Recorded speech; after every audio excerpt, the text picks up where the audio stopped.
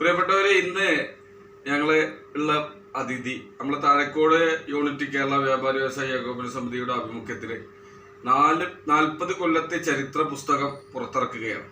അതിനോടനുബന്ധിച്ച് താഴെക്കോട്ടിന്ന് ഒഴിച്ചു മാറാൻ കഴിയാത്ത ഒരു മേഖലയാണ് നമ്മുടെ താഴെക്കോടുള്ള നമ്മുടെ താഴെക്കോട്ടെ മക്കാം. ഈ താഴെക്കോട്ടെ മക്കാമുമായി ബന്ധപ്പെട്ട് അതിന്റെ കൃത്യമായി അതിന്റെ ഒരു കാര്യങ്ങൾ, അതിന്റെ ചരിത്രങ്ങൾ, അവിടെ കിടക്കുന്ന മഹാനെ കുറിച്ചും അതോടൊപ്പം തന്നെ ഏകദേശം ഇതുവരെ നടന്നിട്ടുള്ള കാര്യങ്ങളെക്കുറിച്ചും ഈ മക്കാമും താഴെക്കോടുമായിട്ടുള്ള ബന്ധത്തെക്കുറിച്ചൊക്കെ കൃത്യമായി പറയാൻ കെൽപ്പുള്ള പ്രിയങ്കരനായ പ്രിയ സുഹൃത്ത് സെയ്ദ് ഹൈദ്രോസ് തങ്ങൾ, പ്രിയപ്പെട്ട ഞങ്ങളുടെയൊക്കെ മുമ്പ് പറഞ്ഞ ഞങ്ങളെ ചിലപ്പോൾ പറയുമ്പോൾ വാപ്പാനെ പറഞ്ഞാലും ഒന്നും കൂടി പരിചയം ആരത്തങ്ങളുടെ മകൻ ഹൈദ്രോസ് തങ്ങൾ അധ്യാപകനാണ്. എല്ലാ കാര്യങ്ങളെ കുറിച്ച് കൃത്യമായി ഒരു കെൽപ്പുള്ള പറയാൻ കൃത്യമായി അറിയുന്ന ഒരു വ്യക്തിത്വം ഞങ്ങൾക്ക് ഇന്ന് കിട്ടിയതിൽ യൂണിറ്റ് കമ്മിറ്റിയുടെ പ്രസിഡന്റ് എന്നുള്ള നിലയ്ക്ക് ഞാനും അതുപോലെ തന്നെ ജനറൽ സെക്രട്ടറി മമ്മക്കുട്ടി കാരാട്ടിലും ഇന്ന് വളരെ സന്തോഷവാന്മാരാണ്. ഞങ്ങളുടെ ആ ഒരു വ്യാപാരിയുടെ ചരിത്രം പൂർണ്ണമാകണമെങ്കിൽ മക്കാമുമായി ബന്ധപ്പെട്ട ചരിത്രം കൂടി ഒരു അത്യാവശ്യമാണ്. അതിന് ആദരപൂർവ്വം പ്രിയപ്പെട്ട തങ്ങളെ ഇന്നത്തെ ഈ വീഡിയോയിലേക്ക് ക്ഷണിക്കുകയാണ്. പ്രിയപ്പെട്ട ജനറൽ സെക്രട്ടറിയോട് സ്വാഗതം ചെയ്തതിന് ശേഷം പ്രിയപ്പെട്ട തങ്ങളെ ഇതുമായി ബന്ധപ്പെട്ട് സംസാരിക്കും. പ്രിയപ്പെട്ടവരെ, ഹൈദ്രോസ് തങ്ങളെ പറ്റിയിട്ട് നമ്മൾ പ്രത്യേകിച്ചൊന്നും താഴെക്കോട് ചുറ്റുപാടത്തെ അല്ലെങ്കിൽ താഴെക്കോട് പഞ്ചായത്തിലെ ആളുകൾക്ക് പറഞ്ഞിരുന്നൊന്നും വേണ്ട. ഈ പേരെടുത്ത് പരാമർശിക്കുന്നത് തന്നെ നമ്മൾ ഉദ്ദേശിക്കുന്നത് ഒരു പുസ്തകരചനയാണ്, 4 പതിറ്റാണ്ടിൻ്റെ പുസ്തകരചന. അപ്പോൾ അതിൽ വരും തലമുറയ്ക്ക് ഇന്ന ആളെന്നറിയാൻ വേണ്ടിയിട്ടാണ് നമ്മൾ പേരെടുത്ത് പരാമർശിക്കുന്നത്. മറ്റേ ഈ വ്യക്തിത്വം മുഖം കണ്ടാൽ തന്നെ അറിയാത്തവരുടെ താഴെക്കോട് പഞ്ചായത്തിലൊന്നും ഉണ്ടാവില്ല. നമ്മുടെ താഴെക്കോട് മക്കാം എന്ന് പറഞ്ഞാൽ അതൊരു ചരിത്ര വിഷയമാണ്. ഒരുപാട് കേട്ടറിവ് മാത്രമേ നമ്മൾക്കുള്ളൂ. അപ്പോൾ ആ തലമുറയിൽപ്പെട്ട ഇന്നത്തെ ഏറ്റവും പ്രഗത്ഭനായ വ്യക്തി അത് വിശദീകരിക്കുമ്പോൾ അത് നമ്മൾക്കൊരു മുതൽക്കൂട്ടാവും. അപ്പം അതുകൊണ്ട് ഞാൻ അദ്ദേഹത്തെ ആർദ്രമായി ക്ഷണിക്കുകയാണ് അങ്ങ് സംസാരിക്കുക. പിന്നെ മക്കാവുമായി ബന്ധപ്പെട്ടുള്ള അതിന്റെ കമ്മിറ്റിയുടെ ഖജാൻജിയല്ലേ സെക്രട്ടറി നമ്മുടെ മക്കാവുമായി ബന്ധപ്പെട്ട കമ്മിറ്റിയോട് ജനറൽ സെക്രട്ടറി കൂടിയാണ് തങ്ങൾ പ്രത്യേകം ക്ഷണിക്കുകയാണ്. ഞങ്ങള് ചരിത്ര പുസ്തകം ഇറക്കുന്നുണ്ട്. അതിന്റെ എന്താണ് നിങ്ങളുടെ അഭിപ്രായം എന്ന് പറഞ്ഞിട്ട് നമ്മളെ ഇതിലേക്ക്. പ്രിയപ്പെട്ടവരെ, വളരെ സന്തോഷമുണ്ട്. നമ്മുടെ താഴെക്കോടിന്റെ ചരിത്രം വളരെ സമഗ്രമായി ഇങ്ങനെ പുറത്തിറങ്ങുക എന്നത് ഒരു പക്ഷേ എന്ന് മാത്രമല്ല, ഇത് ആദ്യമായിട്ടാണ് ഇതേ രീതിയിലല്ല പല മേഖലയിലും ഉള്ള ആളുകളെ ഇന്റർവ്യൂ നടത്തി എല്ലാ മേഖലകളിൽ നിന്നും വിവരങ്ങൾ ശേഖരിച്ചുകൊണ്ട് ഒരു താഴെക്കോടിന്റെ ചരിത്രം ഇറക്കുക എന്ന് പറയുന്നത് വളരെ ശ്രമകരമാണ്. അതിന് വലിയ പ്രയത്നം നമ്മുടെ വ്യാപാരികൾ എടുക്കുന്നുണ്ട്. അതിൻ്റെ എല്ലാ അംഗങ്ങളെയും ആദ്യമായിട്ട് അഭിനന്ദിക്കുകയാണ്.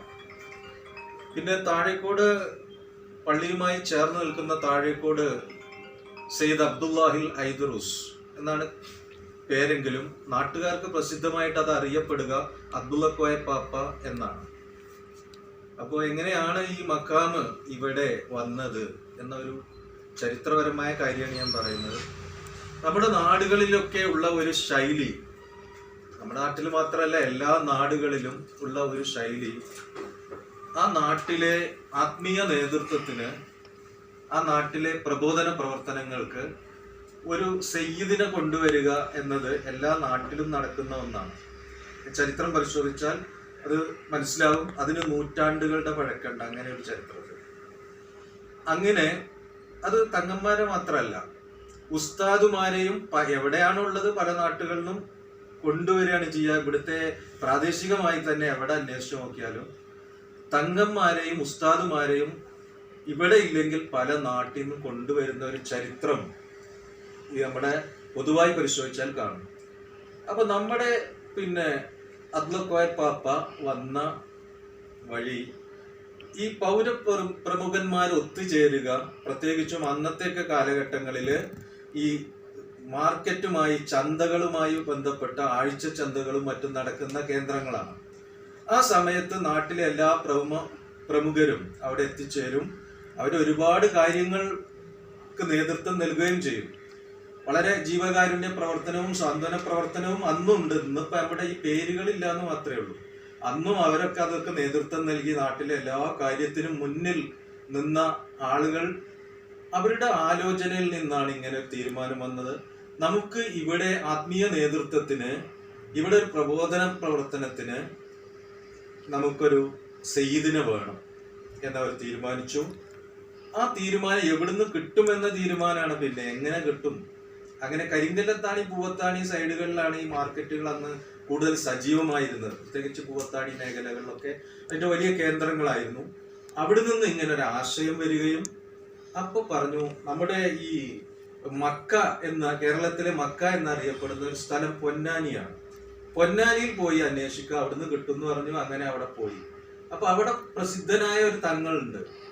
അത് പൊന്നാനി വലിയ ജാറം എന്നാണ് അറിയപ്പെടുക. അവിടെ സെയ്ദ് അബ്ദുറഹ്മാൻ അൽ ഐദ്രൂസി എന്ന് പറയുന്ന വലിയ ഒരു ജാറവും കാര്യങ്ങളൊക്കെ ഉണ്ട്. പിന്നെ സൈനുദ്ദീൻ മഖ്ദൂം അവരുടെ അവിടുത്തെ വലിയ പള്ളിയൊക്കെ ഉണ്ടല്ലോ, അതിനോട് അടുത്ത് തന്നെയാണ് ഈ മക്കാമുള്ളത്. ഇപ്പോഴും സജീവമായി അവിടെ നേർച്ചകളും മറ്റും നടക്കുന്നുണ്ട്. അവിടെ ചെന്നു, പക്ഷെ അവിടെ ഒരു തങ്ങളെ കിട്ടിയില്ല. അപ്പൊ അവിടുന്ന് ഒരു നിർദ്ദേശം വന്നു. അവിടുത്തെ മകൻ കൊച്ചിയിൽ സെയ്ദ് അബൂബക്കർ ബം അൽ ഐദ്രൂസി എന്ന് അറിയപ്പെടുക, ബംബു പാപ്പ എന്നാ പറയാ, സെയ്ദ് അബൂബക്കർ ബംബ്.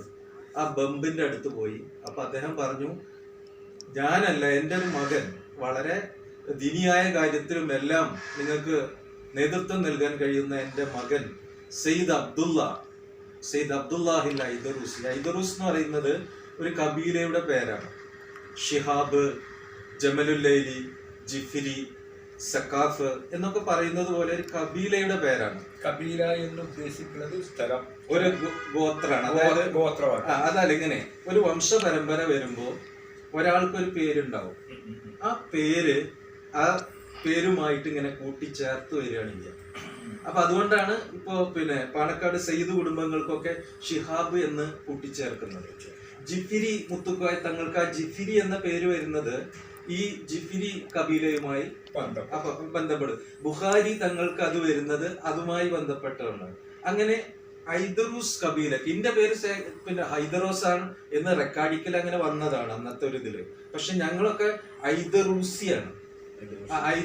അത് ഇവിടുത്തെ സ്കൂളിൽ ചേർക്കുമ്പോൾ അവർക്ക് ആ പേര് അത്ര പിന്നെ ഇപ്പൊ നമ്മുടെ നാട്ടിൽ ഈ അധ്യാപകരൊന്നും അങ്ങനെ ഇല്ലായിരുന്നല്ലോ, പലരും തെക്ക് ഭാഗത്തുനിന്ന് വന്നതാണ്. അപ്പൊ അവർക്ക് ഈ പേര് വഴങ്ങാത്തത് കൊണ്ട് പിന്നെ ഹൈദ്രോസ് അതെപ്പോഴും കേൾക്കുന്നതാണ്.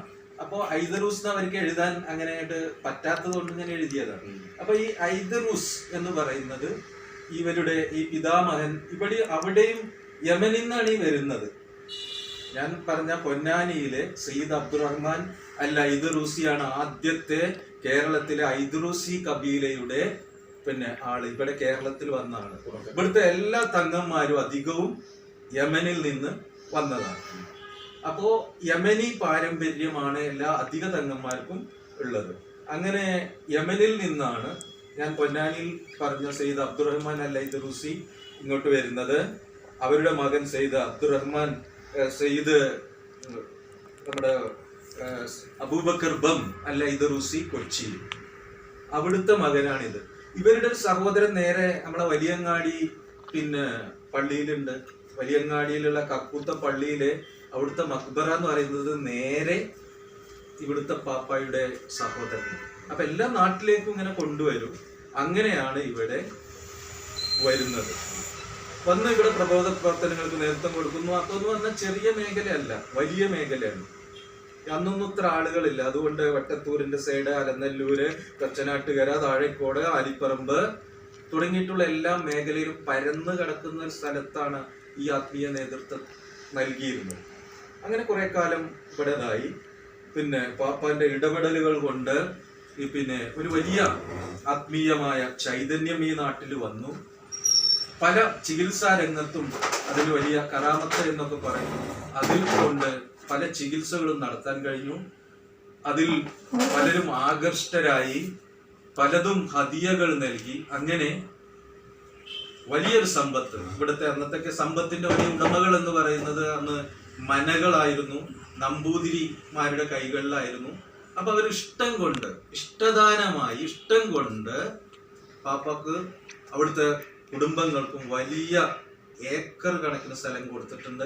തച്ചനാട്ടുകാരുടെ ഒരു ഭാഗം നോക്കിയ ഇപ്പൊ ഈ പിന്നെ ഈ അരക്കുപറമ്പ് വില്ലേജിന്റെ വലിയ ഒരു സൈഡ്, താഴെക്കോട് ഭാഗങ്ങൾ അങ്ങനെ നീർന്ന് കിടക്കുന്ന, ഇപ്പൊ അടുത്തൊരു പാപ്പാന്റെ ഇത് നോക്കിയപ്പോ ആധാരത്തിൽ പോലും 2000 ഏക്കറേക്കാണ്.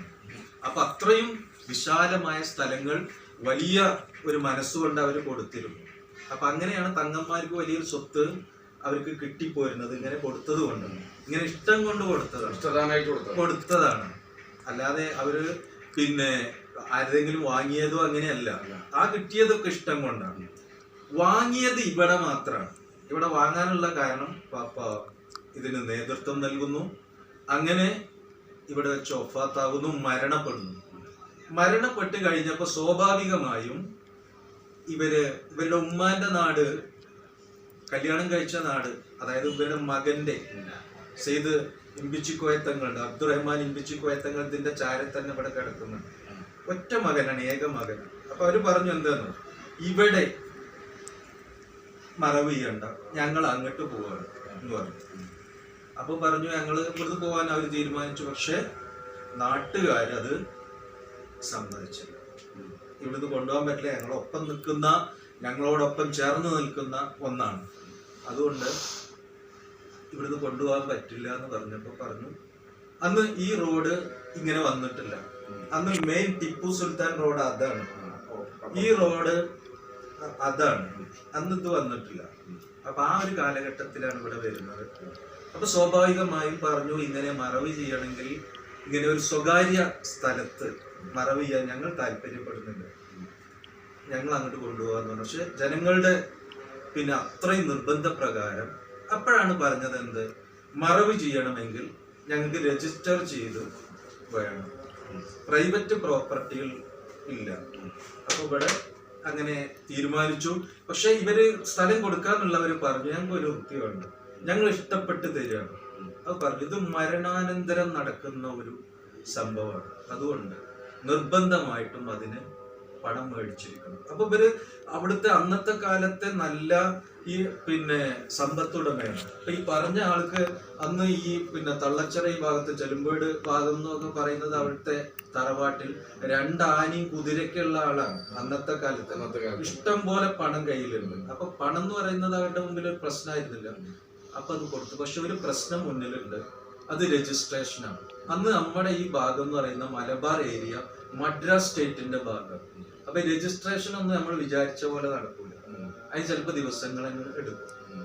അപ്പൊ അതിനു വേണ്ടി വെയിറ്റ് ചെയ്യേണ്ടി വരും തങ്ങൾ പാപ്പ എന്ന് പറഞ്ഞപ്പോ അത് പ്രശ്നമല്ല, അത്രയും ഞങ്ങൾക്കൊരു ആത്മീയ വിശ്വാസമുണ്ട്, എത്ര ദിവസം കഴിഞ്ഞാലും ഒരു കേടുപാട് കൂടാതെ അവിടെ ഉണ്ടാവും, നിങ്ങൾ അതിനുള്ള ഒരുക്കങ്ങൾ നടത്തി എന്ന് പറഞ്ഞ് അതിന് എത്ര ദിവസങ്ങൾ എടുത്തു, രജിസ്ട്രേഷന് എത്ര ദിവസം എടുക്കും അത്രയും ദിവസം.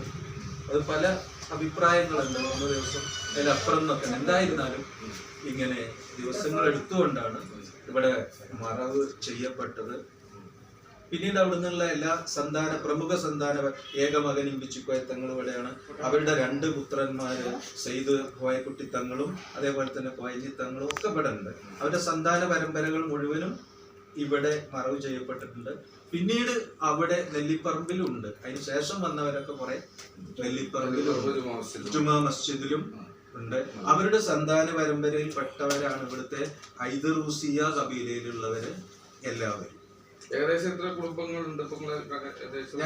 അതായത് കുടുംബങ്ങൾ എന്ന് പറയുന്നത് അതില് ഒരു നിലവിൽ കുടുംബ അംഗങ്ങളുടെ കുടുംബം ഒരു വീട് മൊത്തം വീടുകൾ എടുക്കുകയാണെങ്കിൽ ഒരു 100-നേക്കാൾ കൂടുതൽ 200 വീടുകൾ 200 ഈ ഐദറൂസി കുടുംബങ്ങൾ തന്നെ ഇതുമായി ബന്ധപ്പെട്ടിട്ടുണ്ട്. പിന്നെ നിങ്ങള് പിന്നെ മറ്റേ ഇവിടെ ഇപ്പോ നേർച്ചകളും കാര്യങ്ങളൊക്കെ പിന്നെ നിങ്ങളായിട്ട് ഇപ്പൊ എങ്ങനെയാണ് ഇപ്പൊ കൊണ്ടുനടക്കുന്നത്? അതായത് കോഴിക്കോട് പാലക്കാട് ഹൈവേയിൽ ഏറ്റവും നന്നായി നേർച്ച, പഴയ കാലത്തെ ഉത്സവം പോലെയുള്ള നേർച്ചകൾ നടന്നിരുന്നത് പ്രമുഖ സ്ഥലമായിരുന്നു താഴെക്കോട്. ദിവസങ്ങളോളം നേർച്ചകളായിരുന്നു 50 വർഷങ്ങൾക്ക് മുമ്പ്. അതിനുശേഷം പിന്നെ ആ തരത്തിലുള്ള ഒരു നേർച്ചകൾ നടന്നിട്ടില്ല. കാരണം ഒരു നേർച്ചകളുമായി അനുബന്ധപ്പെട്ട് നമ്മൾ മാത്രമല്ലല്ലോ, പല ആളുകളും പിന്നെ ഇതുണ്ട്. നേർച്ചകൾ നടക്കുമ്പോൾ ഒരു പക്ഷേ നമുക്ക് പറ്റാത്ത രീതിയിൽ ഇതിനോട് ചേർന്ന് ഖബർസ്ഥാനും കാര്യങ്ങളൊക്കെ ഉള്ളതാണ്. അപ്പൊ അതുമായി ബന്ധപ്പെട്ട ചില പ്രശ്നങ്ങളും കാര്യങ്ങളൊക്കെ സ്വാഭാവികമായി ഒരു നാട്ടിൽ വരും. പിന്നെ അങ്ങനെ പതുക്കെ ഇല്ലാതെയായി പോയതാണ്. അപ്പൊ വലിയ ഉത്സവങ്ങളോടുകൂടി എത്രയോ ദിവസങ്ങൾ നീണ്ട നേർച്ചകൾ നടന്നിരുന്ന സ്ഥലമാണ് താഴേക്കോട്. അതിനുശേഷം പിന്നീട് നമ്മളത് വേണ്ടാന്ന് തീരുമാനിച്ചു. ഈ പാപ്പാന്റെ വഫാത്തോടു കൂടി അവിടുത്തെ കുടുംബങ്ങളായിരുന്നു ഇങ്ങനെ നടത്തിയിരുന്നത്. അങ്ങനെ നടന്ന് അവസാനത്തെ അതിൽ ബാക്കി ഉണ്ടായിരുന്നത് നമ്മുടെ പ്രമുഖനായിട്ടുള്ള ഞങ്ങള് അലി അക്ബർ തങ്ങളായിരുന്നു. നമ്മൾ കണ്ടിട്ടുണ്ട്, കുറച്ച് പ്രായം ചേർന്നിട്ടുള്ള അലി അക്ബർ തങ്ങളായിരുന്നു. അദ്ദേഹം തന്നെയായിരുന്നു ദീർഘകാലം ഉണ്ടായിരുന്നത്. പിന്നീട് അദ്ദേഹത്തിന്റെ പ്രായാധിക്യം കൊണ്ട് പിന്നീട് അവരുടെ മക്കളാണ് വന്നത്. അപ്പൊ നമ്മൾ ഇവിടുത്തെ എല്ലാ മക്ബറകളും താഴേക്കോട് മക്ബറയാണ് ഏറ്റവും പ്രസിദ്ധമായ ഒരു കാലത്ത് നിലനിന്നിരുന്നത്. പിന്നീട് എന്തായി, ഇതൊന്നും നടക്കാതിരുന്ന ഒരു കാലഘട്ടത്തിൽ ഒടമല ഫരീദ് പാപ്പാന്റെ അവിടെ വളരെ പ്രസിദ്ധമായത് വന്നു. നാട്ടുകല്ല് അവിടെ പ്രസിദ്ധമായി വന്നു. നാട്ടില് പുതിയ തലമുറക്കാണ് ഞാൻ പറഞ്ഞത്, പുതിയ തലമുറക്ക്. പിന്നെ തെയ്യോട്ടിയറ അവിടെയൊക്കെ വന്നപ്പോഴും താഴെക്കോട് അങ്ങനെ ഒന്നും വന്നില്ല. അതുകൊണ്ട് അതിന്റെ ഒരു ചർച്ചയിൽ നിന്ന് നമുക്കും ഇവിടെ ഒരു നേർച്ച നടത്താം എന്ന് തീരുമാനിച്ചു. അങ്ങനെ ട്രസ്റ്റ് രൂപീകരിച്ചു 2011. അതിനുശേഷം ട്രസ്റ്റ് എന്ന പേരുണ്ടെങ്കിലും തങ്ങന്മാരിന്റെ ഓരോ കുടുംബത്തിലെ ഓരോരുത്തർ ഇരുന്ന് പോകുന്ന ഒരു സിസ്റ്റമാണ് ഇപ്പോൾ ഉള്ളത്. അതിന്റെ കെയർ ഓഫിൽ ധാരാളം ജീവകാരുണ്യ പ്രവർത്തനം കൊടുക്കുന്നുണ്ട്. വീടുണ്ടാക്കേണ്ടവർക്ക് ചെയ്തു കുടുംബങ്ങൾക്ക് അവർക്ക് വീട് കൊടുക്കുന്നു. അതേപോലെ തന്നെ പഠന ഉപകരണങ്ങൾ കുറെ കൊല്ലങ്ങൾ കൊടുത്തിരുന്നു. ഇപ്പൊ ഇനി ഒന്നും കൂടി സ്റ്റഡി നടത്തിയിട്ട് വേണം ഇനി അടുത്ത നമുക്ക് കൊടുക്കാൻ. പിന്നെ ചികിത്സക്ക് കൊടുക്കുന്നുണ്ട്, വീട് റിപ്പയറിന് കൊടുക്കുന്നുണ്ട്, വിവാഹത്തിന് കൊടുക്കുന്നുണ്ട്. അങ്ങനെ പല ജീവകാരുണ്യ പ്രവർത്തനങ്ങൾ അധികവും തങ്ങന്മാർക്കാണ് കൊടുക്കുന്നത്. കാരണം ചെയ്തു കുടുംബങ്ങളെയാണ് നമ്മൾ ഇതിൽ അധികം കൊടുക്കുന്നത്. എന്നാൽ അതിന് പുറത്തുള്ളവരെ നമ്മൾ പരിഗണിച്ചിട്ടുണ്ട്. ഇപ്പൊ ഏറ്റവും അവസാനമായി പരിഗണിച്ചത് ഇപ്പോ മാണിക്കമ്പറമ്പിലെ 2 കിഡ്നി പേഷ്യന്റ് ആയിട്ടുള്ള പിരിവ് നടന്നിരുന്നു. അതിൽ ഇപ്പോൾ ഏറ്റവും അവസാനമായിട്ട് നമ്മൾ സഹകരിച്ചിട്ടുണ്ട്. അതായത് ജീവകാരുണ്യ പ്രവർത്തനങ്ങളിലൊക്കെ നമ്മൾ സഹകരിച്ചിട്ടുണ്ട്. നിലവിലിപ്പോ വർഷാവർഷത്തിൽ നമ്മളുടെ ദിക്റ് സ്വലാത്ത് പരിപാടി അതിന്റെ കാര്യങ്ങൾ എങ്ങനെയൊക്കെയാണ് നടത്തുന്നത്? അത് നമ്മള് ഇവിടെ സംഘടനാപരമായി പല ആളുകൾക്കും ചില ഈ സംഘടനാപരമായ വ്യത്യാസങ്ങൾ ചിലപ്പോൾ ഉണ്ടാവും. അത് ആശയപരമായിട്ടൊന്നുമല്ല. അപ്പൊ അതുകൊണ്ട് എല്ലാവരെയും ഒന്നിച്ചു കൊണ്ടുവരിക എന്ന ഒരു കോമൺ പ്ലാറ്റ്ഫോം അത് മാത്രമേ ഈ 15ാമത്തെ വർഷത്തേക്ക് പോകാൻ നടന്നിട്ടുള്ളൂ. എല്ലാവരും ഉണ്ടാവും, എല്ലാ ആളുകളെയും ഓർത്തിണക്കി. അങ്ങനെ അല്ലാത്തൊരു പരിപാടി ഇവിടെ നടന്നിട്ടില്ല. കാരണം അത് തന്നെയാണ് നമ്മുടെ ലക്ഷ്യം. അത് നമ്മളിത് ഇതുവരെ ഏതൊക്കെ വിഭാഗീയതകളുണ്ടോ ആ വിഭാഗീയതകളെല്ലാം ഇല്ലാതെയാക്കി എല്ലാ ആളുകളെയും ഒറ്റ പ്ലാറ്റ്ഫോമിൽ കൊണ്ടുവരിക എന്നത് തന്നെയാണ്. ഞാൻ 11 മുതൽ ഇപ്പോ ഏറ്റവും അവസാനം കഴിഞ്ഞ നേർച്ച വരെ വളരെ കൃത്യമായി തന്നെ ഞങ്ങൾക്ക് ബോധ്യമുള്ള വിഷയമാണ്. കാരണം കൃത്യമായി എല്ലാവരും ഒരുമിച്ച് ഒറ്റക്കെട്ടായി ആ സ്റ്റേജിൽ ഇരിക്കുമ്പോൾ തന്നെ അതിയായ സന്തോഷം തരുന്നുണ്ട് ആ വിഷയത്തിൽ. അതായത് പിന്നെ അതിന് ഭക്ഷണ വിതരണങ്ങളും മറ്റുള്ള കാര്യങ്ങളൊക്കെ വർഷത്തിൽ കൃത്യമായി നടക്കുന്നുണ്ട്. പിന്നെ കൃത്യമായി തന്നെ നമ്മുടെ മക്കാമിനെ കുറിച്ച് പറയുമ്പോൾ ജാതി മത ഭേദമന്യേ കൃത്യമായി എല്ലാവരും അവരുടെ ആഗ്രഹങ്ങൾക്കും അവരുടെ ആവശ്യങ്ങൾക്കും ഒക്കെ ആശ്രയിക്കുന്ന ഒരു മക്കാമാണ് നമ്മുടെ ഈ മക്കാം. കാരണം കൃത്യമായി തന്നെ ഞങ്ങൾ തന്നെ പല ആളുകൾ പല മതങ്ങളിൽപ്പെട്ട ആളുകളൊക്കെ അവിടെ ഇറങ്ങി അവരുടെയൊക്കെ ആവശ്യ സ്വാധീനങ്ങൾക്ക് അവിടെ സഹായിക്കുന്നു ഒക്കെ ബന്ധപ്പെട്ടിട്ടുണ്ട്. ഏതായാലും കുറെ കാലങ്ങളായിട്ട് അത് ഞങ്ങളെ കൺമുന്നിൽ കാണുന്നതാണ് എന്നുകൂടി ഈ സമയത്ത് എല്ലാ മതവിഭാഗത്തിലും പെട്ട ആളുകൾ അവിടെ വരാറുണ്ട്. ഓരോ പ്രയാസങ്ങളും കാര്യങ്ങളൊക്കെ ഉണ്ടാവുമ്പോ ഒന്ന് പ്രാർത്ഥിക്കുക എന്നത് ഒരു പ്രധാനപ്പെട്ട ആ പ്രാർത്ഥിക്കുന്ന സ്ഥലം ഇത് ഇവിടെ നന്മയും ഇവിടെ മതസൗഹാർദ്ദവും എല്ലാം പ്രചരിപ്പിക്കുകയും നേതൃത്വം നൽകുകയും ആളുടെ ഒരു സാന്നിധ്യത്തിലാവുമ്പോൾ അത് കൂടുതൽ ഒന്നുകൂടി പവിത്രമാവും. അത് കരുതിയിട്ടാണ്. അതിൽ ജാതി മതമൊന്നുമില്ല, എല്ലാവരും വരലുണ്ട്. നമ്മൾ ഭക്ഷണ വിതരണത്തിൽ പോലും അത് ശ്രദ്ധിക്കാറുണ്ട്. ഇവിടെ ഭക്ഷണ വിതരണം എല്ലാം ബീഫാണ്. ഒപ്പം നമ്മൾ വേറെ ഉണ്ടാക്കും. ഇതുമായി ഒരു ബന്ധമില്ലാതെ വേറെ ചിക്കനാണ് ഉണ്ടാക്കുക. അങ്ങനെ ചിക്കൻ ഉണ്ടാക്കിയിട്ട് നമ്മൾ തൊട്ടടുത്ത ഈ ഇവിടെ നേർച്ച നടക്കുന്ന ഈ പാലത്തിന്റെ അക്കര എന്ന് പറയുന്ന സ്ഥലത്താണ്. അതിന്റെ തൊട്ടപ്പുറത്ത് നിൽക്കുന്ന നമ്മളെ സഹോദര സമുദായത്തിന് 8 മണിയാവുമ്പോ കൊടുക്കും. കാരണം ഇത് 10, 10:30 ആവുമ്പോൾ പെരിയല് അവർക്ക് നോക്കേണ്ട കാര്യം നമുക്ക് ഇത് കഴിയുന്നവരെ കാത്തു നിൽക്കേണ്ടതില്ല. അതുകൊണ്ട് അവർക്ക് നേരത്തെ ഫസ്റ്റ് അവിടെ കൊടുക്കും. പിന്നെ നേരെ മാരാമ്പറ്റ കുന്നത്ത് പോകും. അവിടെ നമ്മളെ സഹോദര സമുദായങ്ങളുടെ അവർക്ക് നമ്മൾ ചിക്കൻ കൊടുക്കും. കാരണം ബീഫ് ഇനി പറ്റാത്തവര് ചിലപ്പോ ഉണ്ടാവുമല്ലോ. അപ്പൊ അതുകൊണ്ട് അതുപോലും നമ്മൾ ശ്രദ്ധിച്ചിട്ടാണ് ഇവിടെ നിൽക്കുന്നത്. നമ്മളിവിടെ ജീവിക്കുമ്പോൾ എല്ലാ മതങ്ങളോടും വലിയ സൗഹാർദ്ദത്തിൽ ഉണ്ടാവണം. അതിൽ ഇവിടെ ജാതിയോ മതോ അല്ലെങ്കിൽ മറ്റോ ഒരു കക്ഷി രാഷ്ട്രീയം ഒന്നും പ്രശ്നമല്ല. നമ്മളെ താഴേക്കോട് ഒരു പ്രശ്നമില്ലാതെ ഒന്നിലൊന്നില്ലാതെ പരമാവധി എല്ലാവർക്കും ഒന്നിച്ചു നിൽക്കാൻ കഴിയുന്ന വലിയ പ്ലാറ്റ്ഫോം ഉണ്ടാക്കണം. നിങ്ങൾ ഇതിൻ്റെയൊക്കെ പ്രചാര പ്രവർത്തകരാകുമ്പോൾ ഇതിൽ പലതിൻ്റെയും നേതാക്കന്മാരാണ് എന്നും എനിക്കറിയാം. നിങ്ങൾ ചെല്ലുന്ന സ്ഥലങ്ങളിലൊക്കെ അത് പറയുന്നുണ്ടെന്നും അറിയാം. അതിന് ഈ കൂട്ടായ ശ്രമങ്ങൾ വലിയ ഉത്തേജനമാകും എന്ന് തന്നെയാണ് ഞങ്ങൾ പ്രതീക്ഷിക്കുന്നത്. അതിലിപ്പോ ഒന്നിപ്പോ ഒരു സാക്ഷ്യപ്പെടുത്താൻ എനിക്ക് പറ്റും. ഞാൻ 6 വർഷമായിട്ട് ഈ പള്ളിയുടെ മുഖത്തിരിക്കുന്ന ആളാണ്. ഇവിടേക്ക് വരുന്ന വിഭാഗങ്ങളിൽ ഏതെല്ലാം മതസ്ഥരുണ്ടെന്ന് ഞാൻ കണ്ണുകൊണ്ട് കാണാറുണ്ട്. കുഞ്ഞു കുട്ടികളെയും കയ്യിൽ തൂക്കിയിട്ട് ഈ ഇതര സമുദായത്തിലെ സഹോദരന്മാർ അവരുടെ കുടുംബങ്ങൾ അവിടേക്ക് കയറി വരുമ്പോൾ നമുക്ക് ഭയങ്കര അഭിമാനമാണ്. അതെനിക്ക് നേരത്തെ സാക്ഷ്യപത്രമാണ്. പിന്നെ ഞാൻ ഇനി ചോദിക്കുന്നത് വിവാദം ഉണ്ടാക്കാനല്ല, അറിയാൻ വേണ്ടിയിട്ടാണ്. പിന്നെ നമ്മൾ അബ്ദുള്ള കോയ തങ്ങൾ പാപ്പ 3 ദിവസമാണ് മയ്യത്ത് സംസ്കരിക്കാതെ കടന്നത് എന്ന് ചോദ്യത്തിന് ഉത്തരമായി പറഞ്ഞത് നാട്ടുകേൾവിയാണ്. അതിന്റെ സൂചിപ്പിച്ചു. ഇത് പൂവൻ പഴം എന്താ ചെയ്യില്ല എന്ന് പറഞ്ഞു എന്നതാണ് അതിൽ ഏറ്റവും ഇതായ വാക്ക്. രണ്ടാമത്തെ ചോദ്യം ഇപ്പോൾ അങ്ങ് പറഞ്ഞു അന്ന് ഇവിടെ റോഡ് ഉണ്ടായിരുന്നില്ല, റോഡ് ടിപ്പു സുൽത്താൻ റോഡായിരുന്നു. അന്ന് ഒരു കേൾവി ഉണ്ടായിരുന്നു ഇവിടെയൊക്കെ ഖബർസ്ഥാനായിരുന്നു. അതിനെപ്പറ്റി എന്തെങ്കിലും ഈ മുമ്പിലില്ല. ഇത് മമ്പറം തങ്ങളാണ് ഈ പള്ളിക്ക് കുറ്റിയടിച്ചത്. മമ്പറം തങ്ങൾ കുറ്റിയടിക്കുമ്പോ പറഞ്ഞ ഒരു വാക്ക് ഞാൻ കാരണന്മാരിന്ന് കേട്ടത്, ഇവിടെ പള്ളിക്ക് കുറ്റിയടിക്കുമ്പോ ആൾക്കാർ ചോദിച്ചു നമുക്ക് അവിടെയല്ലേ റോഡ് അന്ന് നല്ലത്. അന്ന് തങ്ങൾ അവർക്ക് കൊടുത്ത മറുപടി ചെത്ത് എന്ന് പറയാം. ചെത്ത് റോഡിന് ചെത്ത് അങ്ങനെയല്ലടാ പോവാ, ഇങ്ങനെ പോയിക്കോളും. ആ വാക്ക് പിന്നെ അങ്ങോട്ട് ഫലം കൊണ്ടു എന്നാണ് പറയുന്നത്. എന്തായാലും ടിപ്പു സുൽത്താൻ റോഡ് എന്ന് പറയുന്ന ഒരു യാഥാർത്ഥ്യമാണ്. ഇത് തിരഞ്ഞെടുക്കാൻ കാരണം അവിടെ വെച്ചിട്ട് അതിന്റെ പണിയും ഇവിടെ വെച്ചിട്ട് അതിന്റെ പണിയും വെച്ച് നോക്കുമ്പോൾ ഏറ്റവും സർക്കാരിന് ലാഭകരത്താണ്. അതുകൊണ്ടാണ് തിരഞ്ഞെടുത്തത്. ഇപ്പൊ ആ ഹൈവേ ഇപ്പോ നമ്മുടെ തൂത കൂടെ ചെമ്പ്രശ്ശേരി പോകുന്ന ഹൈവേ തിരഞ്ഞെടുക്കാൻ കാരണം ഇതിനെ പോകുമ്പോ നിർമ്മാണ ചെലവ് കൂടുതലാണ്, അതിനെ പോകുമ്പോ കുറച്ചും കൂടി കുറവാണ്. അപ്പോ ഈ സ്ഥലം ഏറ്റെടുക്കാനും നിർമ്മാണ ചെലവും വെച്ച് നോക്കുമ്പോ ആ റോഡാണ് നല്ലത്. അതുകൊണ്ടാണ് ഇപ്പൊ അതിന് ഫസ്റ്റ് പ്രയോറിറ്റി കൊടുത്തത്. അങ്ങനെയാണ്. ഇവിടെ ഒരു ഖബർസ്ഥാനിന്റെ ഒരു വിഷയം വന്നിട്ടില്ല. വരാതിരിക്കാൻ കാരണം എന്താ വെച്ചാൽ അത്ര ആളുകൾ ഇവിടെ ഇല്ല. അതുകൊണ്ടാണ്. ഞങ്ങൾക്ക് എങ്ങനെ ഇപ്പൊ അവിടെ സ്ഥലം കിട്ടി? ഇതൊരു വഖഫ് സ്വത്തായിരുന്നെങ്കിൽ ഒരു പ്രൈവറ്റ് ഏജൻസിക്ക് പ്രൈവറ്റ് പാർട്ടിക്ക് കൊടുക്കാൻ പറ്റുമോ? വഖഫ് സ്വത്ത് വിൽക്കാൻ പാടില്ല എന്നാണ്.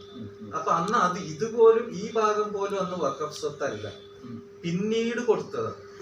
പിന്നെ ഖബർസ്ഥാനിന് ആവശ്യം വന്നു, അപ്പൊ കൊടുത്തു. കാരണം കൊടുക്കാൻ കഴിവുള്ളവരാണ്. അവരന്ന് കൊടുക്കൂലെന്ന് എഴുതിയിട്ടല്ല, അതിന്റെ ആവശ്യമില്ല. ഞമ്മക്കിപ്പോ അങ്ങനെ തന്നെയല്ലേ, നമുക്കിപ്പോ എത്ര ആവശ്യമുള്ളത് അപ്പൊ എടുത്തത്. അത് കഴിയുമ്പോ നമ്മൾ തൊട്ടപ്പുറത്തുള്ളവരോട് ചോദിക്കും, സ്വാഭാവികമായിട്ട് അവര് തരും ചെയ്യും. അത്രേ ഉള്ളൂ. ഇവിടെ ഉണ്ടാകാനുള്ള സാധ്യത വളരെ കുറവാണ്. ഈ മറുപടി ഒരു തങ്ക ലിപികളിൽ രേഖപ്പെടുത്തേണ്ടതാണ്. കാരണം വിവാദമായ അല്ലെങ്കിൽ ഒരു നമ്മൾ പറയുന്ന ഊഹം പോലെ പറഞ്ഞു നടക്കുന്ന പല വിഷയങ്ങൾക്കും ആധികാരികമായിട്ടുള്ള മറുപടി. ഇനി ഒരു കാര്യത്തിനും കൂടി ഇതുണ്ട്. പള്ളിയുടെ യഥാർത്ഥ പടിപ്പുര, പള്ളിയുടെ യഥാർത്ഥ പടിപ്പുര നമ്മളെ കുളമുണ്ടല്ലോ, അവിടെ ഒരു പടിപ്പുര ഉണ്ടായിരുന്നു. അതിന്റെ അവശിഷ്ടങ്ങൾ അവസാനം വരെ എനിക്കറിയാം. അത് ഏത് കാലത്തും അങ്ങനെ തന്നെയാണെന്ന്. ഏത് നിങ്ങൾ വലിയ കുടുംബങ്ങള് ചെന്ന് പരിശോധിച്ചാലും അന്നത്തെ കാലത്ത് പാടത്തിനും കുളത്തിനും ഒക്കെയാണ് പ്രാധാന്യം. അതുകൊണ്ട് അതിന് അഭിമുഖമായിട്ടാണ് നിൽക്കുക. ഒക്കെ ഉണ്ടാവും. അന്ന് അങ്ങനെ തന്നെയല്ലേ. അല്ലാതെ ഒരു ഐശ്വര്യത്തിന്റെ ഒന്നായിട്ട് കണക്കാക്കിയിരുന്നു. അവിടെ പ്രത്യേകിച്ച് എന്താ വെച്ചാൽ ഒതുകൊടുത്ത് കുളത്തിൽ നിന്ന് ഒതുകൊടുത്തിട്ട് വരികയായിരുന്നു. അപ്പൊ ആൾക്കാരങ്ങനെ ദുർഘടമായ പിന്നെ ഇങ്ങനെയൊന്നും പോയിരുന്നില്ല അധികം. അങ്ങനെ പോവുക, ഒതുകൊടുക്കുക, ഇങ്ങനെ പോവുക. പള്ളിക്ക് അവിടെയായിരുന്നു ഉണ്ടായിരുന്നത്. മക്കാമിന് ആണ് യഥാർത്ഥത്തിൽ ഈ പടിപ്പുര വന്നത്? നിങ്ങൾ സാന്ദർഭികമായി ചോദിച്ചത് കൊണ്ട് ഞാൻ പറയാം. ഒന്നും കൂടി പറയാം, അതിനൊന്ന് പിന്തുണക്കുന്ന രീതിയിൽ ഞാൻ പറയാം. എന്റെ നേരെ തൊട്ടുള്ളത് ഒരു സഹോദര സമുദായത്തിൽപ്പെട്ട ആളുകളാണ്, തട്ട സമുദായത്തിൽപ്പെട്ടവരാണ്. അവരുടെ വീടെന്ന് പറഞ്ഞാൽ നേരെ പാടത്തിന് അഭിമുഖമാണ്. കാരണം അന്ന് മറ്റേ റോഡിൽ വാഹനം എന്നൊരു ചിന്തയേ ഇല്ലല്ലോ. വാഹനം അന്നൊക്കെ അത്യത്ഭുതമാണ്, എവിടെയൊക്കെ കേട്ടറിവ്. അപ്പൊ അവരുടെയൊക്കെ മാറ്റം ഭൂമുഖം എന്ന് പറഞ്ഞ പാടത്തിനോടും കുളത്തിനോടും അഭിമുഖമായിട്ടാണ്. അതിപ്പോ മാറിയിട്ട് ഏകദേശം അധികമൊന്നായിട്ട് ഒരു 50 വർഷമായിട്ടുണ്ടാവും അല്ലെ? ഇനി ഞാൻ ചില വീടുകൾ ഞാൻ നിങ്ങളെ പരിചയപ്പെടുത്താം. അങ്ങനെയാണോ ഉണ്ടാക്കിയത്? പള്ളി മാത്രമല്ല, വീടുണ്ടാക്കുമ്പോഴും ശ്രദ്ധിച്ചു. നമ്മുടെ പള്ളിയുടെ ഇപ്പോഴത്തെ പ്രസിഡന്റ് നാലത്തെ അംസുസായിട്ട്, അവരുടെ തറവാട് മഠത്തിൽ നിന്ന് അറിയപ്പെടും. എവിടേക്ക് അഭിമുഖമാണ്? പാടത്തേക്കാണ്. എന്റെ തറവാട് വീട് പെട്രോൾ പമ്പിന്റെ അവിടെ, അതാണ്. എങ്ങിട്ട് അഭിമുഖമാണ്? പാടത്തേക്കാണ്. നാലകത്തിന്റെ അയൽവാസി മാത്രമേ പറയുന്നു. കാപ്പില് എന്ന് പറയും, ഇപ്പൊ നമ്മളെ നമ്മളെ ഷാലിമാർ അവരെ വീട് കാപ്പ് എന്നറിയപ്പെടും. അതിപ്പോ എവിടേക്കാണ്? അതും പാടത്തേക്കാണ്. അതിന്റെ താഴെ അബ്ദുള്ള ഹാജി, നാലകത്ത് അബ്ദുള്ള ഹാജി താമസിച്ചിരുന്നത് നേരെ പാടത്തേക്ക് അഭിമുഖമാണ്. കുഞ്ഞുണ്ണീൻ ഹാജി ചോലമുഖത്ത് പോലെ വീട് എവിടേക്കാണ്? പാടത്തേക്കാണ്. അപ്പൊ പാടത്തേക്ക് അഭിമുഖമാകുക, അവിടേക്ക് മെയിൻ കവാടം വെക്കുക എന്നത് അത് ഈ കേരളത്തിന്റെ ഒരു പ്രത്യേകതയാണ്. മറ്റു കേന്ദ്രങ്ങളൊന്നും ഇപ്പൊ ഞാൻ പറയുന്നില്ല. കേരളത്തിന്റെ ഒരു ഐശ്വര്യത്തിന്റെ പ്രതീകമാണ് നമ്മളെ പാടത്തേക്ക് വെക്കുക, കുളത്തിലേക്ക് വെക്കുക. അന്ന് ഇതിനൊന്നും വലിയ പ്രാധാന്യമില്ല. അങ്ങനെയാണ് ഇപ്പൊ നമ്മളെ പഠിപ്പുര അവിടെ വരാൻ കാരണം. അപ്പൊ അവിടെ പ്രമുഖമായ ഒരു പഠിപ്പുര അന്ന് ഉണ്ടായിരുന്നു. എനിക്ക് ഓർമ്മയില്ല. അതിന്റെ അവശിഷ്ടങ്ങൾ ഈ അവിടുത്തെ കാലം വരെ ഉണ്ടായിരുന്നു. പിന്നെ ഔലുംകാരി ഇതൊക്കെ വന്നപ്പോ പിന്നെ അതിന്റെ ആവശ്യമല്ല. ഇപ്പൊ നമുക്ക് ഈ പക്കാവുമായിട്ട് ബന്ധപ്പെട്ട് നമ്മളൊരു സൂചിപ്പിക്കുമ്പോഴേ ഒരുപാട് ആളുകൾ, കാരണം ഇപ്പൊ ഞങ്ങളൊക്കെ ഒരു തലമുറ എന്ന് പറഞ്ഞാൽ ഈ പേരിടൽ ചടങ്ങ് ആ ചെറിയ കുട്ടികളിങ്ങനെ ഉമ്മമാരിങ്ങനെ കൈപിടിച്ച് വന്ന് അവിടെ മക്കാമിലൊന്ന് പ്രസവിച്ച ഒരു 40-ന്റെ ഉള്ളിൽ എന്തായാലും മക്കാമിലൊന്ന് കണ്ട് അവിടുന്ന് ചേട്ടൊക്കെ കെട്ടി പേരിടൽ ചടങ്ങൊക്കെ നടത്തി. ഇവിടെയുള്ള ഇന്ന് ജീവിക്കുന്ന ഞങ്ങളെ ഒരു ബേസ് ഒരു 10-40 വയസ്സുള്ള ആളുകൾ ഏകദേശമൊക്കെ പേരിടൽ ചടങ്ങൊക്കെ മക്കാമിൽ വെച്ചിട്ടായിട്ടുണ്ട്. അത് കൃത്യമായി തന്നെ നമ്മളെ ഉമ്മമാര് പറഞ്ഞിട്ടുള്ള ഒരു അറിവാണ്. കാരണം ഇവിടെ ഈ ഒരു 50 വയസ്സ് കാലയളവിലുള്ള ഏകദേശമുള്ള ആളുകളൊക്കെ മക്കാവുമായിട്ട് ബന്ധപ്പെടുത്തിയിട്ട് പേരിടലോ എന്തെങ്കിലും ചടങ്ങൊക്കെ നടക്കാത്തവർ വളരെ ദുർലഭമാണ്. കൃത്യമായും തന്നെ എല്ലാ കാര്യങ്ങളും നമ്മുടെ വീട്ടിലെ പ്രത്യേക പരിപാടികളോ കാര്യങ്ങളോ ഉണ്ടാകുമ്പോഴൊക്കെ മക്കാമിലേക്ക് ഒരു പ്രത്യേക വിഹിതം കൊടുത്തുകൊണ്ടിട്ടുള്ള ഒരു ചടങ്ങ് കാലങ്ങളായി താഴക്കോടും അതുപോലെ തന്നെ പരിസര പ്രദേശങ്ങളിൽ നിന്നും നമ്മൾ കണ്ടുവരുന്നതാണ്. അത്രയും നമുക്കൊരു പ്രവൃത്തിയായി കണ്ടുപരിചയമുള്ള കാര്യമാണ്. അതോടൊപ്പം തന്നെ അവിടെ കിടക്കുന്ന മഹാന്മാര് അതിന്റെ ഒരു പുണ്യം കൊണ്ട് തന്നെയാണ് താഴക്കോട് എന്നും പെരുമയില് അറിയപ്പെടുന്നത്. നമ്മളെ ഏകദേശം എവിടെ ചെന്ന് കഴിഞ്ഞാൽ താഴക്കോട് എന്ന് പറയുമ്പോൾ അവിടെ മക്കാമിന്റെ അടുത്തല്ലേ, അല്ലെ താഴക്കോട് ഉള്ള ആളുകളല്ലേ എന്ന് പറയുമ്പോൾ തന്നെ നമുക്കൊരു പ്രത്യേക ഒരു ഉന്മേഷം കിട്ടുന്നു. അതുപോലെ തന്നെ താഴക്കോട് ഒരു പെരുമ കൊണ്ട് പ്രത്യക്ഷമാവുന്നതും എല്ലാ മേഖലയിലും അറിയപ്പെടുന്നതും അതിന്റെ ഈ മഹാന്മാരുടെ ഒരു താഴ്വഴി ഉള്ളത് കൊണ്ട് തന്നെ, പ്രത്യേകിച്ച് നിങ്ങളുടെ കുടുംബങ്ങളുടെയൊക്കെ ഒരു അകമഴിഞ്ഞ ഒരു പ്രത്യേകിച്ച് ഒരുമിച്ചുള്ള കൂട്ടായ ഒരു മുന്നോട്ടുള്ള പ്രയാണത്തിൽ താഴേക്കോടിന് കൃത്യമായും അത് ഒരുപാട് സഹായകരമായിട്ടുണ്ട്. ഇനിയും ഇവിടെ കിടക്കുന്ന മഹാന്മാരുടെയൊക്കെ വർക്കത്ത് കൊണ്ട് നമ്മളെല്ലാവരെയും പഠിച്ച തമ്പുരാൻ സ്വർഗത്തിൽ ഒരുമിച്ച് കൂട്ടട്ടെ എന്ന് കൂടി ഈ സമയത്ത് പ്രാർത്ഥിക്കുകയാണ്. ഒരു കാര്യം കൂടി ഞാൻ സൂചിപ്പിക്കാം. ഇനിയിപ്പോ ഇതിന്റെ പ്രവാചകനുമായിട്ടുള്ളൊരു വംശ പരമ്പര എങ്ങനെ, അതിന് സിൽസില എന്ന് പറയും, അതും അവിടെ തൂക്കിയിട്ടുണ്ട്. അപ്പൊ എങ്ങനെയാണ് വരുന്നത് എന്ന് കൃത്യമായിട്ട് അതിന്റെ ഉള്ളിൽ ഉണ്ടാവുക, അവിടെ ഇത് വെച്ചിട്ടുണ്ട്. അപ്പൊ നോക്കിയാൽ എങ്ങനെ ബന്ധപ്പെടുന്നു എന്നുള്ളത് കാണാം. ഇവിടെ കിടക്കുന്ന കേരളത്തില് ഉള്ള ആളുമായിട്ട് ഞാൻ ഉള്ള ഇത് വെച്ച് നോക്കുമ്പോൾ ഞാൻ 9ാമത്തെ ജനറേഷനിലാണ്. ഞാൻ നേരത്തെ പറഞ്ഞു 9ാമത്തെ ആളായിട്ട് വരെ ഞാൻ പൊന്നാനിന്ന് ഇങ്ങനെ വെച്ചു 9ാമത്തെ. അപ്പൊ അത് കഴിഞ്ഞാൽ പിന്നെ എനിക്ക് പൊന്നാനി കഴിഞ്ഞാൽ ഇവിടെ കേരളത്തിലില്ല. പിന്നെ നമ്മുടേത് കാണണമെങ്കിൽ യമനില് ഹലറൽ മൗത്തില് തെരീം എന്ന് പറയുന്ന സ്ഥലത്ത് പോകണം. ഞങ്ങളത് മാത്രല്ല എല്ലാരും കാണണമെങ്കിൽ അങ്ങോട്ട് പോകണം. ഈ കൊച്ചിയിൽ മണത്തല അത് വളരെ പ്രധാനപ്പെട്ട ചോദ്യം വെച്ചത്. ബാപ്പാന്റെ നാട് ഇവിടെ വന്നാൽ നമുക്കൊരു ഇനീഷ്യൽ വേണമല്ലോ. നിങ്ങൾ പുത്തൂരായത് അതിനൊരു കാരണം ഉണ്ടാവും. നിങ്ങൾ കാരാട്ടിലായതിനൊരു കാരണം ഉണ്ടാവും. കാരാട്ടിക്കാർ ഇവിടെ മാത്രമല്ല, എവിടെ കുറെ സ്ഥലങ്ങളിൽ കാരാട്ടിൽ നിന്ന് കാണുന്നുണ്ട്. പുത്തൂര് ഒരുപാട് സ്ഥലത്തുണ്ട്. അപ്പോ അതിനൊരു കാരണം ഉണ്ടാവും. ഇതിന് ആൾക്കാർ ഇവിടെ ഇതിനൊരു ഇത് വരണല്ലോ, കൊച്ചിന്നാണ് വന്നതെന്ന് ഞാൻ പറഞ്ഞല്ലോ. ഇവിടെ കിടക്കുന്ന പാപ്പാന്റെ പാപ്പ കൊച്ചിയിലാണ്. സെയ്ദ് അബൂബക്കർ ബംബു പാപ്പ അവിടെയാണ്. അപ്പൊ അതിന് കൊച്ചി എടുത്തു. പിന്നെ ഉമ്മാന്റെ നാടെടുത്തു. അത് തൃശ്ശൂർ ജില്ലയിലെ മണത്തലയാണ്. അങ്ങനെ കൊച്ചി പ്ലസ് മണത്തല, അങ്ങനെയാണ് കൊച്ചിയിൽ മണത്തലാണ്. അപ്പൊ ബാപ്പിയായി ഉമ്മയായി. അങ്ങനെയാണ് ഇത് വരുന്നത്. എല്ലാവരും ഇവിടെയുള്ള പിന്നെ ജനറേഷനില്, ഈ ബാപ്പാന്റെ ജനറേഷനിലല്ല ഇവിടെ ഇതുമായി ബന്ധപ്പെട്ട ജ്യേഷ്ഠനഞ്ചന്മാര് പറഞ്ഞല്ലോ, അതിൽപ്പെടുന്ന തങ്ങന്മാരും ഐദറൂസികളല്ലാത്ത, ഐദറൂസിയിലെ തന്നെയാണ്, പക്ഷെ ഈ വംശ ഇതില് വരാത്ത തങ്ങൾസും നമ്മുടെ പ്രദേശങ്ങളുണ്ട്. ഏതായാലും ഒരുപാട് ജീവകാരുണ്യ പ്രവർത്തനങ്ങളും മറ്റുമൊക്കെ ആയിട്ട് നല്ലൊരു രംഗത്ത്, പ്രത്യേകിച്ച് ജനറൽ സെക്രട്ടറി എന്നുള്ള നിലക്ക് ആധികാരികമായി തന്നെ കൃത്യമായി ആ കാര്യങ്ങൾ ബോധിപ്പിച്ച് ഒരുപാട് ജീവകാരുണ്യ പ്രവർത്തനങ്ങളും അതുപോലെ തന്നെ വർഷങ്ങളിൽ നടക്കുന്ന നേർച്ച, പിന്നെ മൗലിദ് പാരായണവും മറ്റ് അന്നദാന പരിപാടികളൊക്കെ ആയിട്ട് വളരെ ഗംഭീരമായി തന്നെ നടക്കുന്നു. അതോടൊപ്പം തന്നെ ജാതി മത ഭേദമന്യേ എല്ലാവർക്കും സ്വീകാര്യമായ ഒരു നിലയിൽ ഈ മക്കാമ് ഇന്ന് നിലനിൽക്കുന്നു എന്നുള്ളത് ഞങ്ങളെ ഈ ഒരു വ്യാപാര ചരിത്ര പുസ്തകം ഇറക്കുമ്പോൾ ഈ ഒരു മക്കാമുമായി ബന്ധപ്പെട്ട് അതിന്റെ ഒരു ചരിത്രം കൃത്യമായി തന്നെ ഞങ്ങൾ അത് ആഗ്രഹിച്ചതാണ്. ഞങ്ങൾ ആഗ്രഹിച്ചതിലപ്പുറം കൃത്യമായി തന്നെ അതിന്റെ കാര്യങ്ങൾ പറയാൻ കെൽപ്പുള്ള വ്യക്തിയെ ലഭിക്കുകയും അതോടൊപ്പം തന്നെ കൃത്യമായി അത് പറഞ്ഞു എന്നുള്ളതിൽ വലിയൊരു സന്തോഷം ഞങ്ങളെ യൂണിറ്റ് കമ്മിറ്റിയുടെ പിന്നെ പ്രസിഡന്റ് എന്നുള്ള നിലക്കും ജനറൽ സെക്രട്ടറി എന്നുള്ള നിലക്കും വളരെ സന്തോഷത്തോടു കൂടെ ഇതുവരെ നടത്തിയ ഒരു വീഡിയോകളും ഞങ്ങൾ നടത്തിയ അഭിമുഖങ്ങളിലൊക്കെ വിഭിന്നമായി താഴെക്കോടിന്റെ പഴം ഉൾക്കൊണ്ടുകൊണ്ട്, താഴെക്കോടിന്റെ പഴയ ചരിത്രം ഉൾക്കൊണ്ടുകൊണ്ട് കൃത്യമായും ഈ ഒരു പരിപാടി, ഈ ഒരു വളരെ സമയം ഞങ്ങൾക്ക് അനുവദിച്ച് ഈ ഒരു സമയത്ത് കൃത്യമായി തന്നെ ഭാവി തലമുറക്ക് ഇപ്പോൾ ഞങ്ങളൊരു ചരിത്ര പുസ്തകം എന്ന് പറയുമ്പോൾ തന്നെ ഒരു 50 വർഷം കഴിഞ്ഞാൽ പോലും ഈ പുസ്തകം എടുത്തു നോക്കിയാൽ ഈ മക്കാമുമായി ബന്ധപ്പെട്ട ചരിത്രങ്ങൾ, അതുപോലെ തന്നെ വ്യാപാര ചരിത്രങ്ങൾ, ഇവിടെ ബന്ധപ്പെട്ട കാര്യങ്ങൾ, അതുപോലെ തന്നെ ഇവിടെ കുടിയേറ്റ കർഷകരുടെ വിഷയം, ഇത് ഒരുപാട് വിഷയങ്ങൾ ഞങ്ങൾ എല്ലാ മേഖലയും കടന്നു ചെന്നുകൊണ്ട് ജാതി മത ഭേദമന്യേ പള്ളികളും അതുപോലെ തന്നെ അമ്പലങ്ങളും അതുപോലെ തന്നെ ക്രിസ്ത്യൻ ചർച്ചിലൊക്കെ ബന്ധപ്പെട്ട് ഞങ്ങൾ ഇതുമായി ബന്ധപ്പെട്ടൊക്കെ ഞങ്ങൾ മാക്സിമം ഞങ്ങൾ ഉൾപ്പെടുത്താൻ ശ്രമിക്കുന്നുണ്ട്.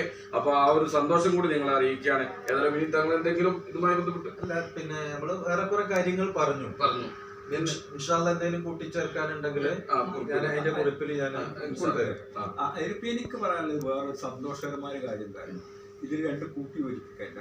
നമ്മൾ ദേവസ്യ ഈ അഭിമുഖത്തിൽ പറഞ്ഞൊരു വാക്കുണ്ട്, ഞങ്ങൾ ഇവിടെ താഴെക്കോട് വന്നിട്ട് ഇന്ന് വരെ ഒരു ജാതി വിവേചനം ഞങ്ങൾ അനുഭവിച്ചിട്ടില്ല. അതായത് അപൂർണ സഹകരണമായി. അല്ല, മൂപ്പര് ഫാമിലി താമസിച്ചിരുന്നത് നമ്മൾ കുറച്ചാലും ഒരുമിച്ച് ഒരു വീട്ടില് അപ്പുറത്തും ഇപ്പുറത്തോ താമസിച്ചിരുന്നു. അപ്പൊ അത് തന്നെയാണ് തങ്ങളും പറഞ്ഞത്. പിന്നെന്താ, നമ്മുടെ നാടിന് കിട്ടാവുന്ന ഏറ്റവും വലിയൊരു ബോണസ് മാർക്ക് അത് തന്നെയാണ്. പിന്നെ തങ്ങൾ പറയുമ്പോ നമ്മള് തങ്ങളുടെ വാപ്പാനെയും കൂടെ ഒന്ന് സൂചിപ്പിക്കണം. കാരണം തങ്ങൾ എന്ന് പറയുമ്പോ പിന്നെ അന്നൊക്കെ പാസ്പോർട്ടിന് ഏറെ ബുദ്ധിമുട്ടുള്ള ഒരു കാലത്ത് പാസ്പോർട്ടുമായി ബന്ധപ്പെട്ട മമ്മൂക്കയാണ് കൂടുതൽ അതിനെ കുറിച്ച് അതായത് ഞാൻ പറയട്ടെ, എന്റെ നേരനുഭവം പറഞ്ഞോളൂ. 91 ഞാൻ എന്റെ കല്യാണം കഴിഞ്ഞ സമയമാണ്. 91 ഫെബ്രുവരി 15 എനിക്ക് നല്ല ഓർമ്മ. കല്യാണം കഴിഞ്ഞ് ഒരു 10-15 ദിവസമായപ്പോഴേക്ക് എനിക്ക് ഗൾഫിൽ അന്ന് ഇപ്പൊ അവിടെ കട നടക്കുകയാണ്. അവിടെ ലേബർ പ്രശ്നമായിട്ട് ഇവരൊക്കെ പാടെ അവിടെ ലേബർ വിളിച്ചു. അപ്പൊ എനിക്ക് ടെലിഫോൺ വന്ന് എന്റെ കറക്റ്റ് തന്നെ പറയാലോ, ഞാൻ 2ാം അപ്പോഴൊക്കെ പോണ സമയത്താണ് ടെലിഫോൺ വന്നത്. അന്ന് പെരിന്തൽമണ്ണയാണ് ടെലിഫോൺ ഉള്ളത്. അതായത് ഇവിടെ പെരിന്തൽമണ്ണ ബസ് സ്റ്റാൻഡിന്റെ മുകളിലെ ടെലിഫോണിലേക്ക് ടെലിഫോൺ ബൂത്തിലേക്ക് വിളിക്കും, അവർ വരും. എന്നിട്ട് അവര് വന്ന് ചെല്ലുമ്പോൾ നമ്മൾ വിവരം അറിയുന്നത്. അപ്പൊ കട അടച്ചിരിക്കുകയാണ്, പെട്ടെന്ന് വരണം. അതില് ഞാനങ്ങനെ മറ്റേ ഞങ്ങൾ ലാലാലാലാന്നെ വിളിച്ചത്. തങ്ങളൊന്നും വിളിക്കാറില്ല സത്യമായിട്ട്, കാരണം ഞങ്ങൾക്ക് അങ്ങനെ അതെ. അപ്പൊ തങ്ങൾക്ക് എപ്പോഴും അതെന്താണ് നമുക്ക് ശരിയാക്കാന്ന്. അങ്ങനെ പോയി നോക്കുമ്പോ എന്റെ പാസ്പോർട്ട് ഓവറായി, എക്സ്പയർ ഇന്നത്തെ മാതിരി അല്ല. അപ്പൊ മൂപ്പര് മാറ്റി അതിന് വേണ്ടുന്ന കാര്യങ്ങൾ 2 ദിവസം മൂപ്പരും ഞാനും കൂടി ഒരുപാട് പേരൊന്നും പറയുന്നില്ല, പോയി ആ കാര്യങ്ങളൊക്കെ ശരിയാക്കി ഒരു 10 ദിവസം കൊണ്ട് എന്റെ പാസ്പോർട്ടിന്റെ കൈറ്റൊക്കെ അത്ഭുതമാണ്. 90 അത്ഭുതമാണത്. 6 മാസമൊക്കെ എടുക്കുന്ന സമയമാണ്. എന്റെ പാസ്പോർട്ട് ശരിയാക്കി തന്നു. അങ്ങനെ എന്നെ അത് ഒരിക്കലും നിങ്ങൾക്ക് നേരിട്ടുള്ള അനുഭവം ഏതായാലും അതും കൂടി നമ്മളിപ്പോ ഈ പരാമർശത്തില് വന്നു എന്നുള്ളൂ. പിന്നെ ഇനി എന്തെങ്കിലും വേറൊന്നും കൂടി ഉണ്ട്. ഒരു ജീവിതം കൊണ്ട് മനുഷ്യന് ചെയ്യാവുന്ന നന്മയുടെ നിറകുളായിരുന്ന ഒരാൾക്കാണ്. അതിലേക്കാട് സാക്ഷിയൊന്നും വേണ്ട. അദ്ദേഹം ജീവിച്ചതും മരിച്ചതും ജനങ്ങൾക്ക് വേണ്ടി മാത്രം. അദ്ദേഹം ഒന്നും ഉണ്ടാക്കിയിട്ടില്ല. അദ്ദേഹത്തിന് കടങ്ങൾ എന്തെങ്കിലും ബാക്കി ഉണ്ടാവുള്ളൂ. അവിടെയാണ് എനിക്ക് പ്രിയപ്പെട്ട അങ്ങയോടൊരു അഭ്യർത്ഥനയുള്ളത്. പഴയ കാലത്ത് അടൂർ ഭാഷ ഒരു പ്രസംഗം നടത്തി. ഇവിടെ പരാമർശിക്കാവുന്നതാണ്. ചിത്രക്ക് മറ്റേ സംസ്ഥാന അവാർഡ് കിട്ടി. അപ്പൊ അദ്ദേഹം പ്രസംഗം നടത്തിയത് ഇങ്ങനെയാണ്: ചിത്രയുടെ അച്ഛൻ ജീവിതകാലം മുഴുവൻ ദൈവത്തിന് കദളിപ്പഴം പൂജയ്ക്ക് വെച്ചു. ദൈവം പ്രത്യക്ഷപ്പെട്ടില്ല. അതായത് മകൻ അങ്ങനെയാണ് പറഞ്ഞത്. അതായത് ഒരച്ഛൻ ജീവിതകാലം മുഴുവൻ ദൈവത്തിന് കദളിപ്പഴം പൂജയ്ക്ക് വെച്ചു. അത് ദൈവം പ്രത്യക്ഷപ്പെട്ടില്ല. അച്ഛൻ മരിച്ചതിന് ശേഷം മകൻ എന്ത് കാട്ടി? ഞാനത് ഉദാഹരണം പറയാണ്. മകൻ ഈ ദേഷ്യം കൊണ്ട് കാഞ്ഞിരപ്പഴം പൂജയ്ക്ക് വെച്ചു. ദൈവം പ്രത്യക്ഷപ്പെട്ടു. അപ്പൊ മകൻ ചോദിച്ചു, അല്ല അങ്ങ് എൻ്റെ അച്ഛൻ ജീവിതകാലം മുഴുവൻ മാറ്റി കദളിപ്പഴം വെച്ചിട്ട് പ്രത്യക്ഷപ്പെട്ടില്ല, എന്തുകൊണ്ട് കാഞ്ഞിരപ്പഴം വെച്ചപ്പോൾ പ്രത്യക്ഷപ്പെട്ടു? അപ്പൊ ഞാന് അച്ഛൻ വെച്ച കദളിപ്പഴത്തിന്റെ അതിന് പ്രത്യക്ഷപ്പെട്ടതാണ്. പറഞ്ഞു വന്നത് ഇത്രയാണ്: അങ്ങയുടെ പാപ്പ ചെയ്ത പുണ്യമാണ് അങ്ങൊപ്പം കിട്ടുന്നത്. ഒരു തർക്കമല്ല. ഞാൻ ഇപ്പൊ ഇതും കൂടി പറയണത്, നമ്മൾ ഏറ്റവും കൂടുതൽ കടപ്പെട്ടിരിക്കുന്നത് നമ്മളുടെയൊക്കെ ഇതിന്ന് കഴിഞ്ഞു പോയിട്ടുള്ള നമ്മളെ കാരണവന്മാരോടാണ്. ഈ നാട്ടിൽ ഇപ്പൊ നമ്മൾ അഭിമാനിക്കാവുന്ന ഈ മതസൗഹാർദ്ദവും ദേവസ്വയുടെ കാര്യം പറഞ്ഞു, അതൊക്കെ നമ്മൾ മാത്രല്ല, നമ്മളെ ഇവിടുത്തെ ആരും ഒരു വർഗീയത ഉണ്ടാക്കിയിട്ടില്ല, ഒരു ആൾക്കാരെ നേരെ ഒരു ജാതീയതയും പറഞ്ഞിട്ടില്ല. എല്ലാരും കൂട്ടിപ്പിടിച്ച് ഒന്നിച്ചു പോയ പാരമ്പര്യമാണ്. നമ്മളെ ഉപ്പമാരും നമ്മുടെ ഇവിടുത്തെ അച്ഛന്മാരും ഒക്കെ കാണിച്ചു തന്ന പാത. നമ്മളൊരു ബിഗ് സല്യൂട്ട് കൊടുക്കേണ്ടത് ശരിക്ക് അവർക്കാണ്, പഴയ തലമുറക്കാണ്. അതുകൊണ്ടാണ് നമ്മളൊക്കെ ഇങ്ങനെ ആയത്. അതുകൊണ്ട് നമ്മളെ പഴയ തലമുറ ഇവിടെ വലിയൊരു മാതൃക കാണിച്ചിട്ടാണ് മൺമറഞ്ഞു പോയത്. അത് വലിയൊരു വെല്ലുവിളിയാണ് നമുക്ക്. എത്ര നെഗറ്റീവ് സാഹചര്യങ്ങൾ വന്നാലും അവര് കാണിച്ചു തന്ന നന്മയുടെ പാത ഉണ്ടല്ലോ, ഇവിടെ മതസൗഹാർദ്ദത്തിന്റെ പാത, അത് നമ്മൾ വ്യതിചരിക്കാൻ പാടില്ല. ഒരു അന്യ നാട്ടുകാരൻ ഇവിടെ വന്നു, അന്യ സ്റ്റേറ്റുകാരൻ ഇവിടെ വന്നിട്ട് നമ്മൾ എന്തെങ്കിലും ഒരു പ്രശ്നം അവിടെ ഉണ്ടാക്കിയ തെറ്റ് അവന്റെ കയ്യിലാണെങ്കിൽ പോലും നമ്മളെ നേരക്കേന്ന് നമ്മളെ ആൾക്കാർ തിരിഞ്ഞത് അവരെ സംരക്ഷിച്ചുകൊണ്ടുള്ള ഒരു അത് ഇപ്പൊ അന്യ സംസ്ഥാന തൊഴിലാളി, ഇതര സംസ്ഥാനം എന്ന് പറയണമെന്നാണ്. അവരൊക്കെ ഇപ്പൊ ഇവിടെ വരുന്നുണ്ട്. അവരേറ്റ് നമ്മളൊരു പ്രശ്നത്തിനും പോകാത്തത് അന്ന് നമ്മളെ രക്ഷിതാക്കളെ നമുക്ക് കാണിച്ചു തന്നൊരു മാതൃക ഉണ്ട്. അതുകൊണ്ടാണ്. അപ്പൊ അതുകൊണ്ട് നമ്മളെപ്പോഴും മനസ്സിൽ അവരുണ്ടാവണം. നമുക്ക് അവരുടെ പ്രാർത്ഥനകളിലും നമ്മളെപ്പോഴും ഉണ്ടാവണം. സാന്ദർഭികമായി നിങ്ങളെ സൂചിപ്പിച്ചത് ഏതായാലും വളരെ ഗംഭീരമായ ചർച്ചയായിരുന്നു എന്നുള്ളത് തികച്ചും ഭാവി തലമുറക്ക് അറിയാവുന്ന, പിന്നെ നമ്മളെപ്പോലത്തെ ആളുകൾക്ക് പോലും അറിയാത്ത, ഒരു 2 വയസ്സ് പ്രായമുള്ളവർക്ക് പോലും അറിയാത്ത ചരിത്രമാണ് ഞങ്ങളിവിടെ സൂചിപ്പിച്ചത്. അപ്പൊ തികച്ചും ഞങ്ങളുടെ ചരിത്ര പുസ്തകം കൃത്യമായും അതിന്റെ ഒരു ഏതാണ്ട് ഒരു ലെവലിലേക്ക് എത്തിയെന്ന് ഞങ്ങൾക്ക് വളരെ സന്തോഷമുണ്ട്. കാരണം ഇതിലേക്ക് ഇറങ്ങുമ്പോൾ ഞങ്ങള് ഇത്രത്തോളം അങ്ങോട്ട് പരന്ന് ചിന്തിക്കണം. പക്ഷെ എങ്കിൽ കൂടി ഒരുപാട് കടമ്പകൾ ഉണ്ട് എന്ന് ഞങ്ങൾക്ക് പ്രതീക്ഷ ഉണ്ടായിരുന്നു. പക്ഷെ ഇതുപോലുള്ള ആളുകളുമായി ബന്ധപ്പെട്ട് ഓരോ മേഖലയിൽ തിരിഞ്ഞ് ആ മേഖലയിലെ കാര്യങ്ങൾ, പ്രത്യേകിച്ച് ഇപ്പൊ ഈ മക്കളുമായി ബന്ധപ്പെട്ട ചരിത്രമൊക്കെ ഞങ്ങൾക്ക് ലഭിച്ചതിൽ ഇത്രയും സന്തോഷം ഇതുവരെ നടത്തിയ ഒരു അഭിമുഖത്തിൽ ഉണ്ടായില്ല എന്ന് തീർച്ചയായിട്ടും ഞങ്ങൾ പറയുകയാണ്. ഏതായാലും ഇന്നത്തെ ഈ സമയം പ്രിയപ്പെട്ട തങ്ങള് ഈ സമയത്ത് അനുവദിച്ച തങ്ങള്, പ്രത്യേകിച്ച് നമ്മുടെ മക്കാമിന്റെ ആ ഒരു കമ്മിറ്റിയുടെ ജനറൽ സെക്രട്ടറി എന്നുള്ള നിലക്ക് തന്നെ കൃത്യമായി തന്നെ ഒരു 15 വർഷം കൃത്യമായി അതിന്റെ കാര്യങ്ങൾ A to Z കൈകാര്യം ചെയ്തൊരു വ്യക്തി എന്നുള്ള നിലക്കും കൃത്യമായി അതിന്റെ കാര്യങ്ങളൊക്കെ ഇവിടെ സൂചിപ്പിച്ചു. പഴയ കാര്യങ്ങളും അതുപോലെ തന്നെ അവരുടെ കുടുംബകാര്യങ്ങളും അവരുടെ കുടുംബ പരമ്പരയെ കുറിച്ചൊക്കെ ഇവിടെ സൂചിപ്പിച്ചു. ഏതായാലും ഇന്നത്തെ വീഡിയോയിൽ ഞങ്ങളുമായി സഹകരിച്ച പ്രിയപ്പെട്ട ഹൈദറൂസി തങ്ങൾക്ക് താഴെക്കോട് യൂണിറ്റ് കേരള വ്യാപാരി വ്യവസായ ഏകോപന സമിതി യൂണിറ്റിന്റെ പ്രസിഡന്റ് എന്നുള്ള നിലക്ക് വളരെ ഹൃദയംഗമായ നന്ദിയും കടപ്പാടും അറിയിക്കുകയാണ്. അതോടൊപ്പം തന്നെ ജനറൽ സെക്രട്ടറിയും ഞങ്ങളുടെ ഇന്നത്തെ വീഡിയോയിലുണ്ട്. അതുപോലെ തന്നെ യൂണിറ്റിന്റെ മെമ്പർ കൂലി റഷീദ് അടക്കമുള്ളവർ ഇന്നത്തെ വീഡിയോയിൽ ഞങ്ങൾ അനുഗമിക്കുന്നുണ്ട്. ഏതായാലും ഈ സമയം വളരെ സ്നേഹത്തോടെ ഈ സമയം ചെലവഴിച്ചതിന് പ്രിയപ്പെട്ട തങ്ങൾക്ക് ഒരുപാട് ഹൃദയംഗമായ നന്ദിയും കടപ്പാടും അറിയിച്ചുകൊണ്ട് ഇന്നത്തെ വീഡിയോ പരിസാരിക്കുകയാണ്. നന്ദി, നമസ്കാരങ്ങളുടെ പ്രാർത്ഥനയിൽ ഞങ്ങളെ കൂടി ഉൾപ്പെടുത്തണം എന്ന് കൂടി ഈ സമയത്ത് ഓർക്കുകയാണ്.